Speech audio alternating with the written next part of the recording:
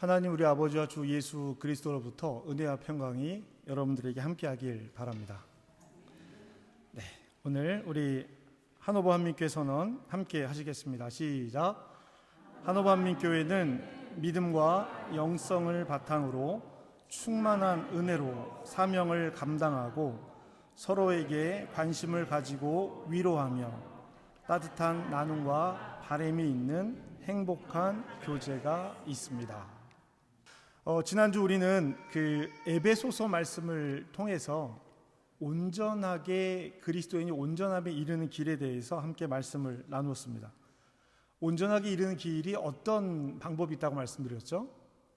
하나님의 아들을 믿는 믿음과 하나님의 아들을 아는 일, 믿는 믿음과 아는 일이 하나가 되어야 온전한 사람을 이루고 그리스도의 장성한 분량이 충만한 데까지 이르러서 성장한다라고 말씀을 드렸습니다.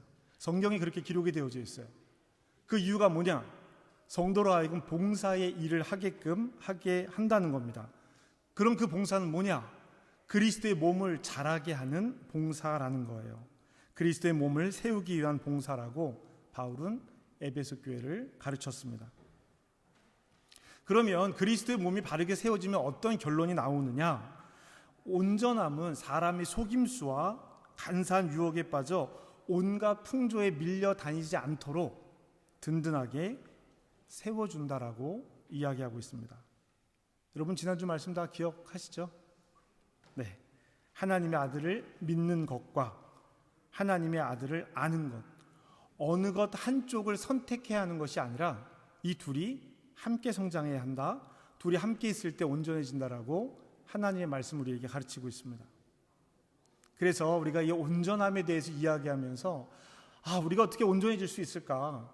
완성될 수 있을까? 완전할 수 있을까? 이 완전성에 초점을 뒀었는데 그거 아닙니다, 여러분. 진정성이에요. 하나님의 말씀을 받아들이고 사는 삶의 진정성에 대해서 관점을 가지고 접근해야 한다라고 말씀을 드렸습니다. 그것을 성경은 어떻게 표현하고 있느냐? 우리가 그리스도와 같이 되는 것이 아니라 머리된 그리스도와 함께 연합하여 서로에게 관계되어서 성장하고 자란다라고 성경은 이야기하고 있습니다. 각 지체의 분량대로 서로 연결되어져서 사랑 안에서 스스로 세우는 것. 그래서 우리는 그리스도의 완전성을 핑계로 삼을 것이 아니라 내가 완전하지 못해도 비록 부족하고 연약한 모습을 갖고 있어도 나의 진실된 마음이 예수 그리스도를 닮아가는 삶을 살아가겠습니다 라고 결정하고 다짐했을 때 우리의 삶은 더 온전함에 이를 수 있다라고 말씀을 드렸습니다. 우리 지난주 에베소서에 있는 말씀 중 13절 말씀, 암송 말씀이죠. 다 같이 하시겠습니다. 시작. 우리가 다 하나님의 아들을 믿는 것과 아는 일에 하나가 되어 온전한 사람을 이루어 그리스도의 장성한 분량이 충만한 데까지 이르리니. 아멘. 한 주간 동안 이 말씀으로 함께 기도하고 묵상하셨은 것으로 믿고 다음 이야기로 넘어가 보도록 해보겠습니다. 오늘은 이 완전성과 진정성에 대해서 우리만 고민했던 것이 아니라 과거의 사람들도 많은 고민들을 했었구나라는 것을 성경을 통해서 함께 더 깊게 나누어 보려고 합니다. 완전성을 핑계로 삼는다면 우리는 아무것도 할 수 없을 거예요. 아무것도 할 수 없을 겁니다.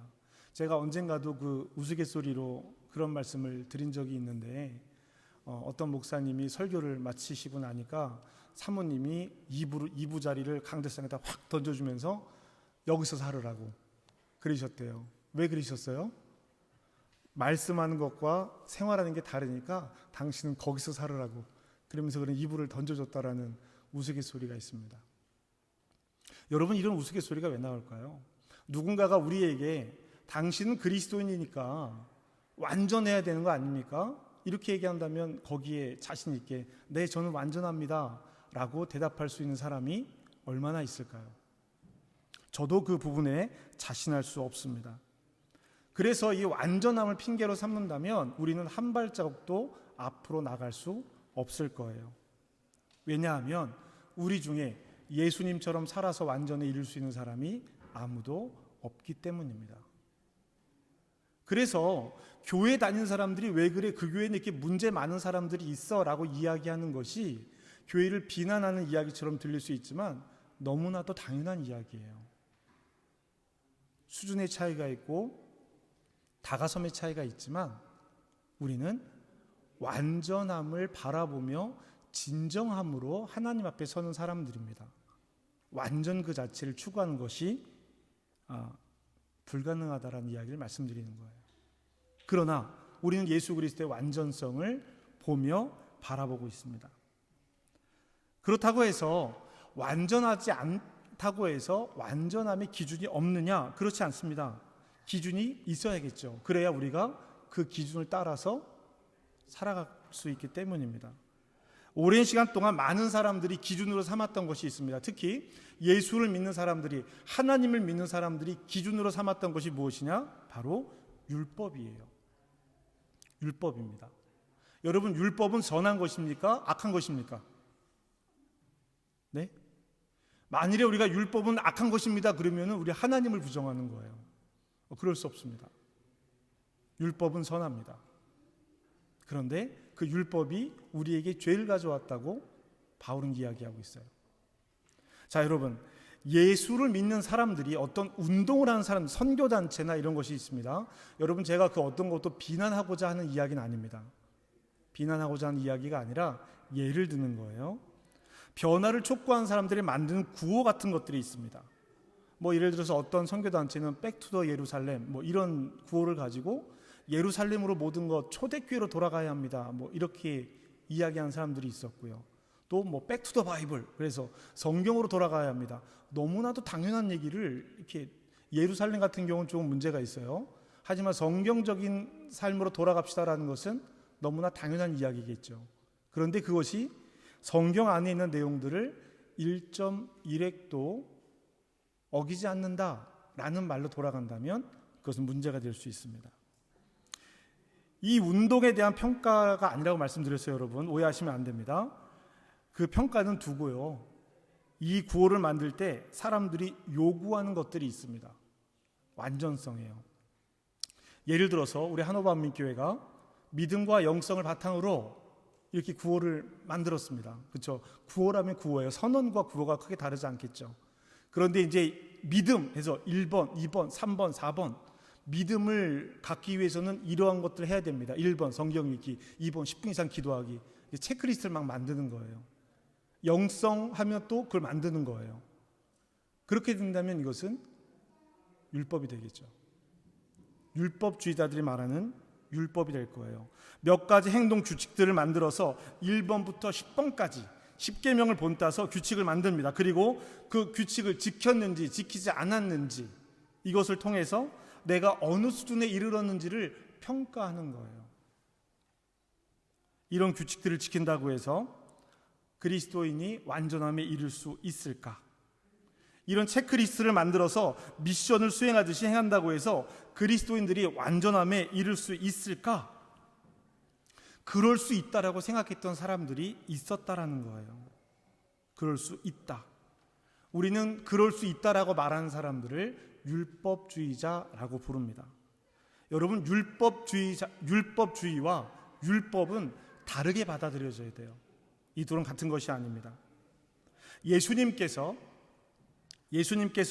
우리에게 하신 말씀들이 믿음으로 온전히 받아들여진 후에, 그래, 예수님께서 말씀하신 거니까 내가 지켜야지, 따라야지, 행해야지 라고 삶으로 이어지는 것과, 이것은 예수님께서 하신 말씀이야, 그러니까 예수를 믿는 우리들은 반드시 예수님의 말씀을 따라야 해, 이렇게 말하는 것에는 큰 차이가 있다라는 것입니다.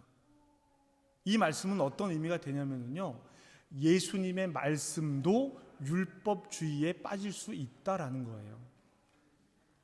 바울은 로마 교회에게 이 문제를 이야기하고 있습니다. 우리가 오늘 읽은 로마서 7장 말씀은요, 조금 읽기에 까다로운 말씀이에요. 1장부터 시작해서 6장까지 구원에 대한 이야기를 쭉 합니다. 그리고 8장부터 이어서 그리스도의 삶에 대한 이야기를 해요. 로마서의 전체적인 골격에 대해서 한번 말씀드릴 기회가 있겠지만 아주 대략적으로 말씀드리자면 이겁니다. 구원받았습니다. 믿음으로 구원받았습니다. 헬라인이나 유대인이나 다 구원받았습니다. 그런데 유대인에게 먼저 말씀이 왔습니다. 그런데 유대인이 그 말씀을 지키지 못했어요. 그래서 이제는 헬라인에게도 그 말씀이 전파되었습니다. 그래서 헬라인과 유대인 모두 예수를 믿는 사람들은 이렇게 살아야 합니다 라고 8장부터 이어지는 내용들이 쭉 오는 거예요. 그런데 여기에서 해결되지 못한 것이 무엇이냐면 이 율법에 대한 문제였습니다. 로마서의 핵심 구절이라고 말하는 로마서 1장 16절에서 17절 말씀을 사람들이 로마서의 핵심이라고 말합니다. 의인은 믿음으로 말미암아 살리라. 이 말씀을 가장 중요하게 다루고 있어요. 이것을 이신칭의라고 얘기합니다. 한자로 얘기하면 이신칭이라고 얘기하는데요. 믿음으로 의롭게 되었다라는 뜻을 가지고 있어요. 그래서 많은 학자들이 믿음으로 의롭게 되었다라는 말씀이 이 로마서의 핵심 주제라고 이야기하기도 합니다. 이 7장이 율법에 대한 말씀을 하고 있는데요. 7장 1절부터 6절만 봐도요. 이런 얘기가 나옵니다. 7장 1절부터 6절 사이는 무슨 이야기가 나오냐면 한 여자가 남자와 결혼을 했습니다. 한 여자가. 근데 이 여자가 이 남편을 두고 다른 남자를 만나면 간음이 되겠지만 남자가 죽었어요. 없어요. 그러면 이 여자가 다른 남자를 만나는 게 문제가 되지 않는다라는 거예요. 간음이 아니라는 겁니다. 그 당시 법으로요. 간음이 아니라는 거예요. 그러니 우리가 율법을 떠나서 그리스도와 연합하였으니 이제 더 이상 옛날 법을 따를 필요가 있을까 없을까? 없다라고 얘기하는 것이 이 바울이 로마서 7장 1절부터 6절까지 이야기하는 겁니다. 우리는 그리스도에게 시집갔으니까 이제 그리스도에 맞춰 살면 돼 라고 이야기하는 거예요. 이 대상, 반대되는 대상이 율법인 것입니다. 그러면 이런 질문이 나오게 되죠. 말씀을 시작하면서 드렸던 것처럼 그러면 율법은 악한 것이냐? 율법은 가치가 없는 것이냐라는 질문을 받게 됩니다. 다시 말씀드립니다. 율법이 가치가 없습니다 라고 말하면 우리는 구약의 모든 것을 부정하는 거예요. 부정하는 겁니다. 구약의 말씀의 모든 가치를 잃어버리게 됩니다. 하나님께서 주신 말씀을 예수님께서 폐하게 되는 거예요. 우리가 삼위일체를 이야기하는데 자기가 자기를 부정하게 되는 이런 모양새를 율법의 가치 없음이라고 얘기하면 이렇게 두게 되는 것입니다. 이렇게 되면 자기 모순에 빠지게 되죠. 하나님이 하신 말씀을 하나님이 스스로 부정하다라고 이야기하는 것이기 때문입니다. 그래서 바울은 율법이 죄입니까? 그렇지 않습니다 라고 말하면서 율법의 순기능과 역기능에 대해서 이야기합니다. 그것이 7절부터 13절까지 나오는 말씀이에요. 7절 말씀에 보면 율법은 죄를 깨닫게 해준다라고 말합니다. 그러나 8절 탐욕을 일으킨다. 죄 때문에 탐욕을 안다라고 이야기하고 있어요. 율법과 계명의 원래 목적은 생명으로 인도하는 것인데 10절 말씀이에요. 그런데 죄를 더 선명하게 하고 있다. 죄가 더욱더 죄되게 하고 있다라고 또 이야기합니다. 그래서 죄가 율법을 통해서 우리를 죽게 합니다 라고 이야기하는 거예요. 그러나 12절 율법과 계명 자체로는 거룩하며 신령하고 선한 것입니다. 그런데 그 신령하고 선하고 거룩한 율법이 결국 죽음을 가져옵니다 라고 이야기합니다. 자, 율법 자체로는 문제가 없는데 왜 율법이 죄를 드러내고 결국 죽음을 가져오게 하는가? 이 질문을 또 안 할 수 없는 거예요. 그래서 13절에 이렇게 질문을 합니다. 우리 함께 같이 읽어보실까요? 읽겠습니다. 시작.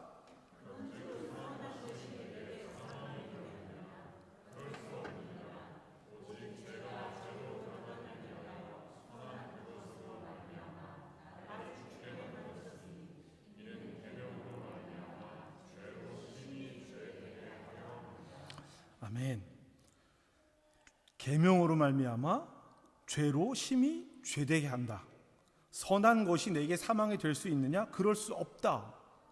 그러면서 등장한 단어가 뭐예요? 죄라는 이야기가 본격적으로 나옵니다.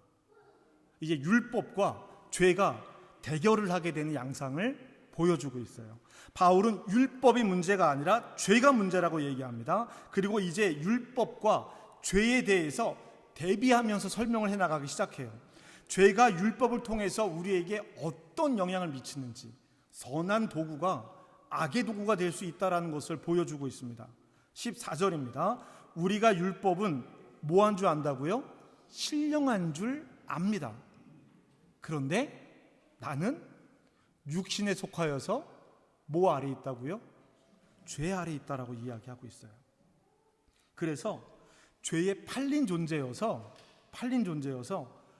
알고도 행하지 못하는 거예요. 알고도 행하지 못하는 겁니다.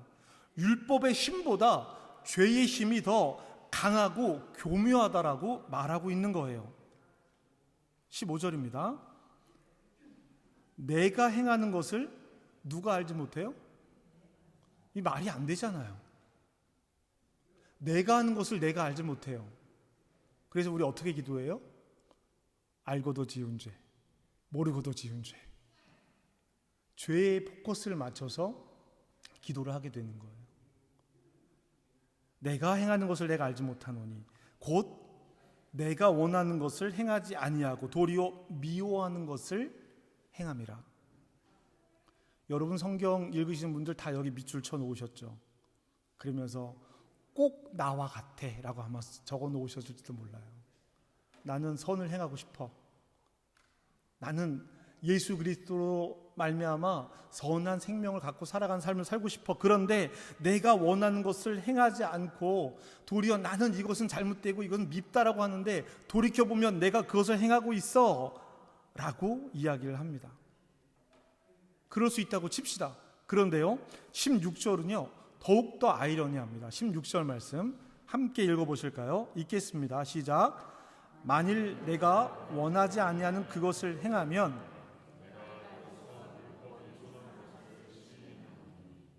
아멘. 여러분 이 말씀 잘 이해가 되세요? 내가 원하지 아니하는 그것을 내가 행하면 내가 이로써 율법이 선하다라는 것을 인정한다라는 거예요. 여러분 이 말씀 이해가 되십니까? 우리 다른 번역으로 한번 보실게요. 다른 번역으로 보시면 이렇게 기록이 되어져 있습니다. 그런데 그런 일을 하면서도 그 일을 해서는 안 된다고 생각하는 것은 내가 그 일을 하면서도요. 이거 하면 안 되는 일인데 집에 돌아가셔서 내가 교회 가서 왜 그랬을까? 누구 만나서 내가 왜 그랬을까?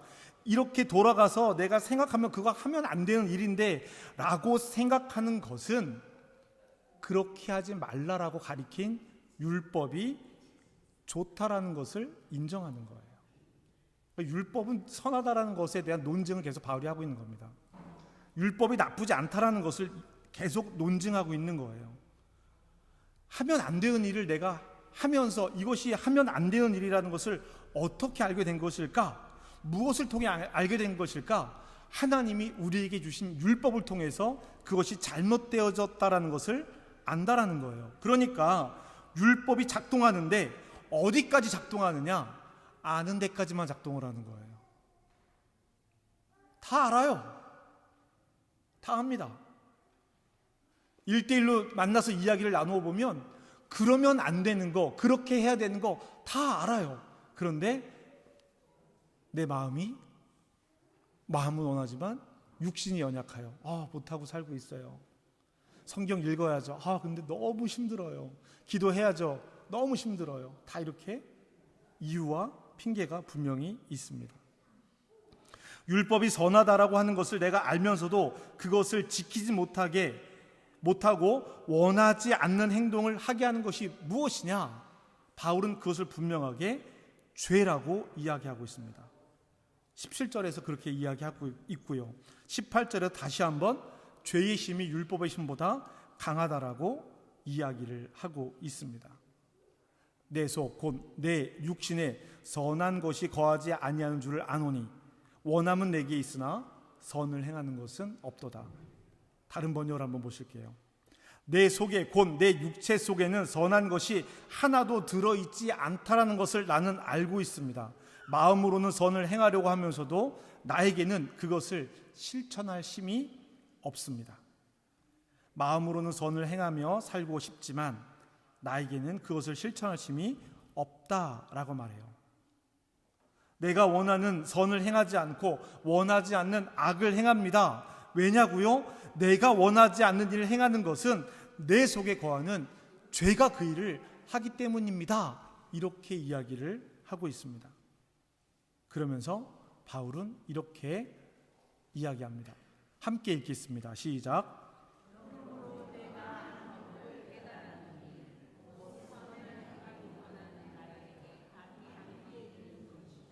아멘.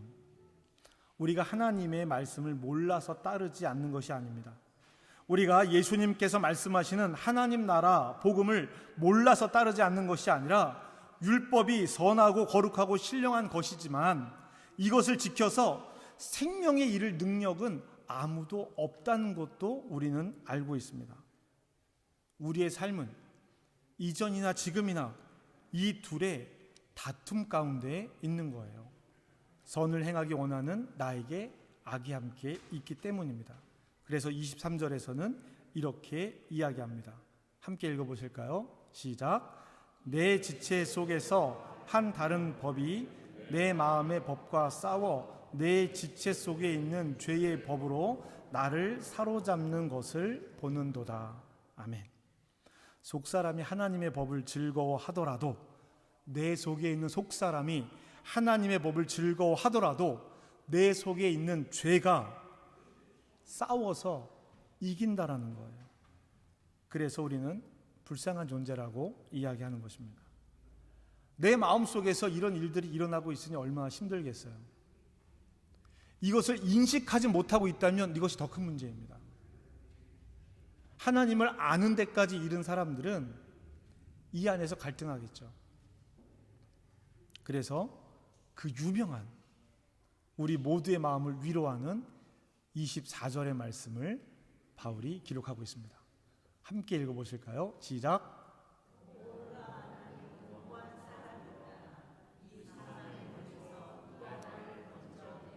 아멘.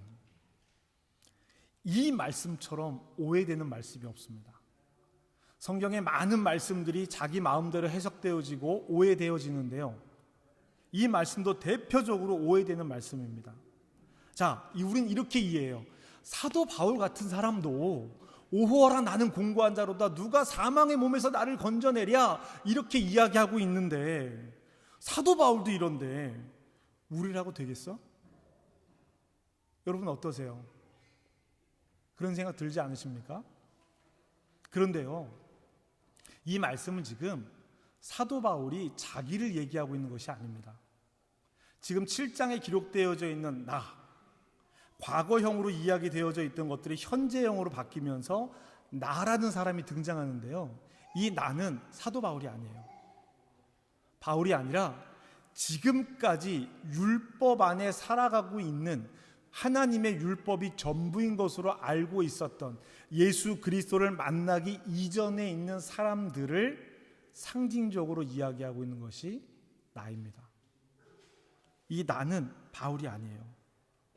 예수님을 만난 이후의 그리스도인, 예수님을 만난 그리스도인이 아니라 아직 예수 그리스도의 복음 아래 있지 아니하는 율법의 지배 아래 있는 사람들, 혹 예수 그리스도를 만났는데 아직 예수 그리스도의 뜻을 잘못 알고 있어서 율법의 지배 아래 있는 사람들에게 이야기하고 있는 것입니다.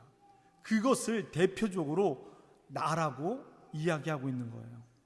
바울은 율법은 본질적으로는 선하고 거룩하며 죄를 깨닫게 하고 죄를 더욱 선명하게 하지만 결국 그 죄가 육신의 약함을 넘어서지 못한다라는 거예요.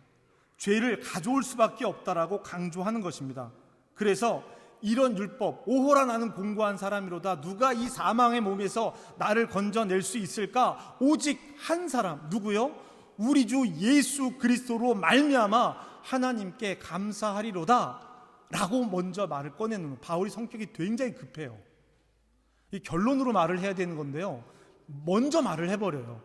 그런즉 내 자신이 마음으로는 하나님의 법을, 육신으로는 죄의 법을 섬기노라. 이거 앞에랑 붙어야 돼요. 오호라 나는 곤고한 사람이로다. 여기 붙어야 되는 말씀인데요, 먼저 말부터 하는 거예요. 누가 사망의 몸에서 나를 건져내랴? 우리 주 예수 그리스도! 이거부터 먼저 말해놓고 뒤에 걸 얘기하는 거예요. 사도 바울의 편지에 보면 이런 내용들이 꽤 많이 나옵니다. 결론부터 말해놓는 거예요.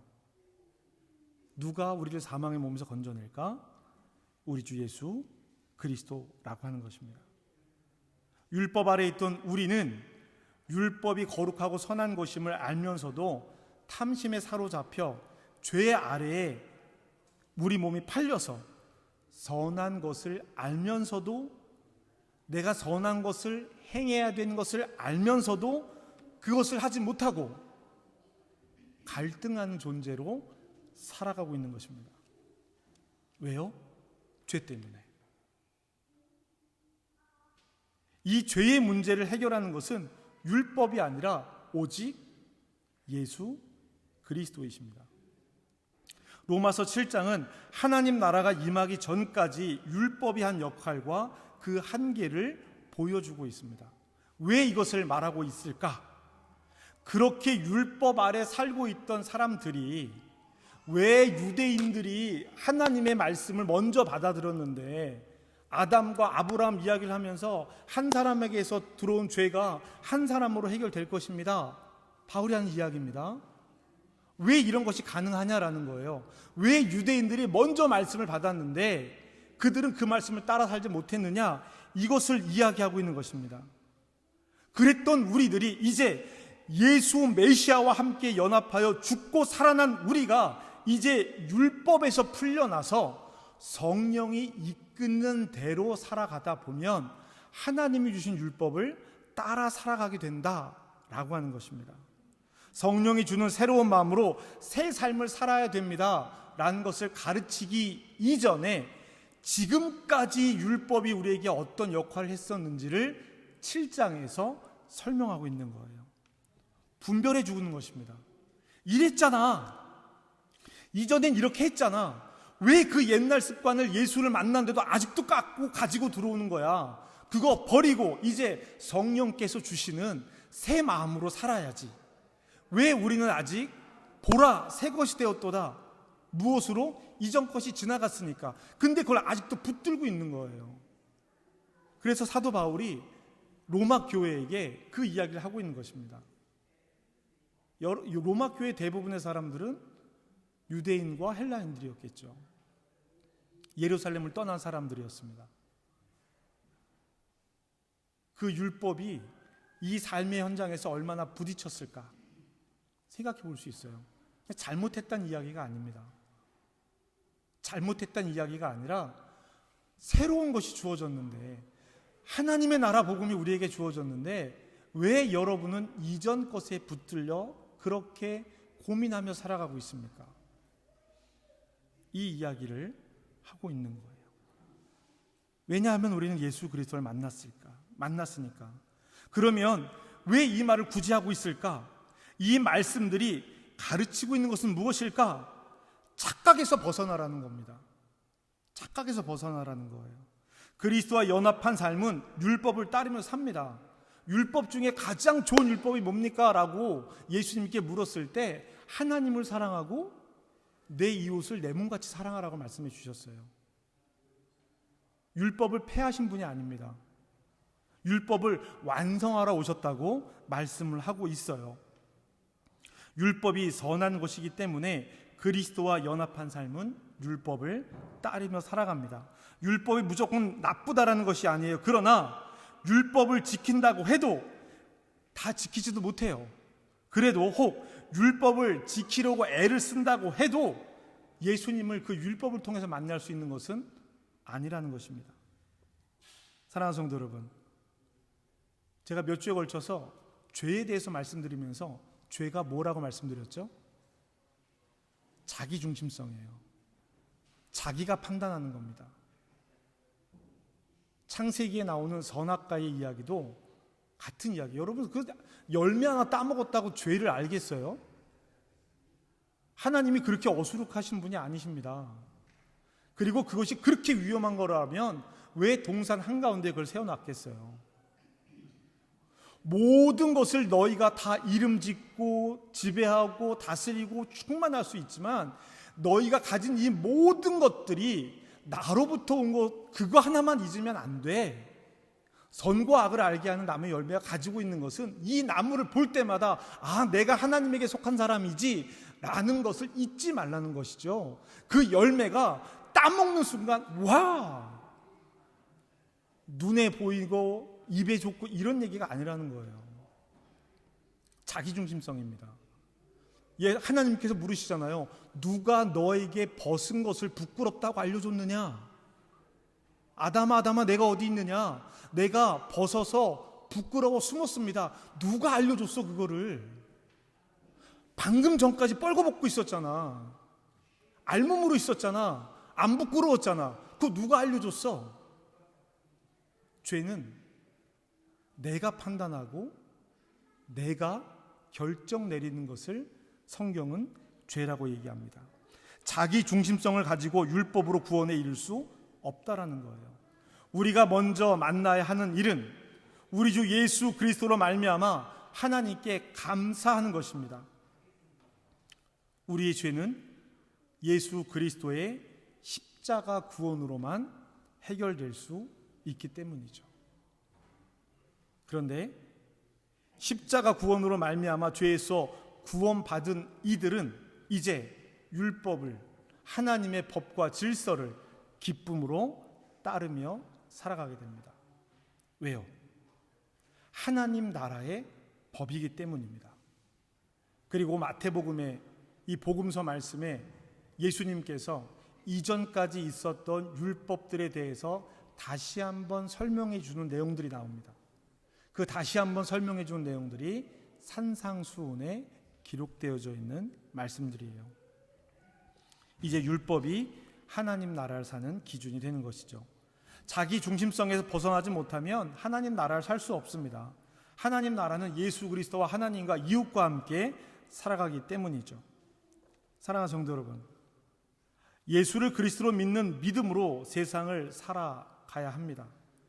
오호라 나는 곤고한 자로다 한탄만 하지 말고 완전성에 이르지 못했다고 자책하지 말고 그리스도를 믿는 믿음과 아는 것으로 온전하여 그리스도인으로 진정성을 가지고 이 세상에서 하나님 나라의 하나님과 함께 살아가야 하는 것입니다. 여러분, 오늘 말씀의 제목이 내적 갈등에서 벗어나는 길이에요. 왜 갈등합니까? 두 발을 다 담그고 있으니까 갈등하는 거예요. 이것도 괜찮아 보이고 아니야 이건 너무 좋은 거야. 하나님 말 너무 좋은 거야. 근데 나는 이 삶이 너무 좋아. 갈등할 수밖에 없죠.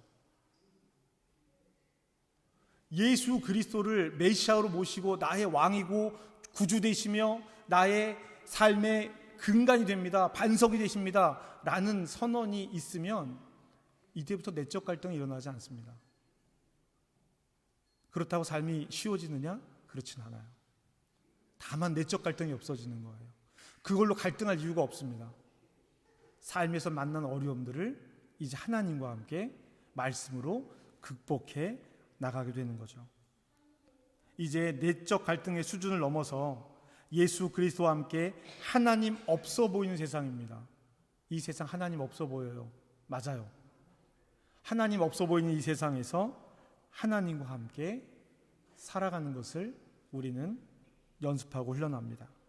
이 배움의 순간을 통해서 온전함에 이르러 내적 갈등이 아니라 어떻게 하면 하나님 나라를 살아가면서 만나는 어려움들을 함께 이겨나갈 수 있을까? 이것을 고민하고 기도하며 하나님 나라를 이루며 살아가는 저와 여러분 되시기를 주님의 이름으로 축복합니다. 어려운 이야기지만 로마서 7장이 율법과 죄의 문제를 거기에서 다루고 있는 것은 이제 더 이상 거기에 사로잡히지 말자라는 거예요. 그렇다고 해서 내 맘대로 네 맘대로 살자는 이야기가 아닙니다. 이전까지 우리를 얽매였던 율법이 이제 우리를 자유롭게 살아가는 율법으로 바뀌어 간다라는 겁니다.